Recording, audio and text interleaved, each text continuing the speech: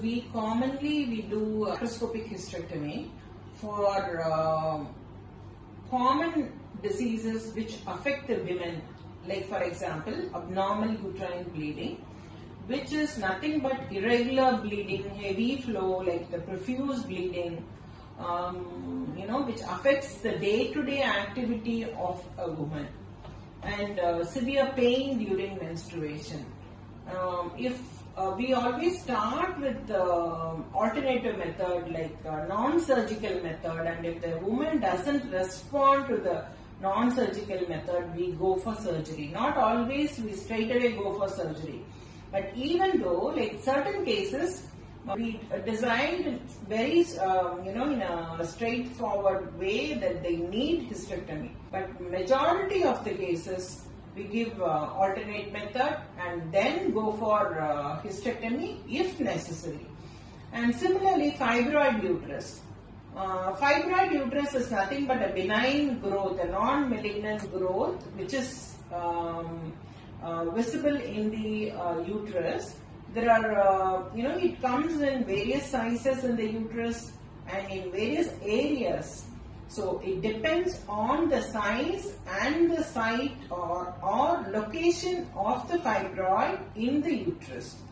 So for example, if the uterus, there are three walls of the uterus, the inner lining of the uterus, that is called endometrium, and the second one is the myometrium, that forms the bulk of the uterus, and then the serosal layer, the outer layer of the uterus.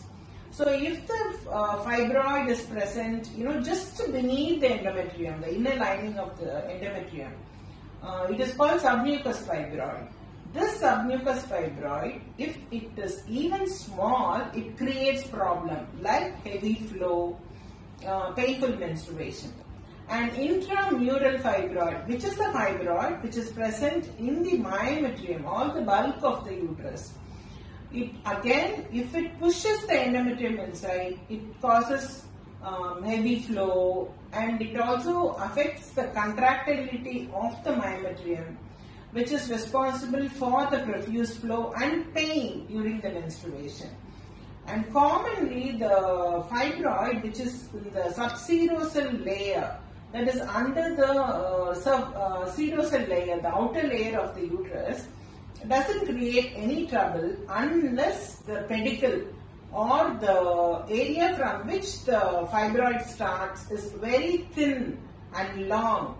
It twists on its own and affects its blood supply and creates problem. Otherwise, subserous fibroid doesn't create any problem.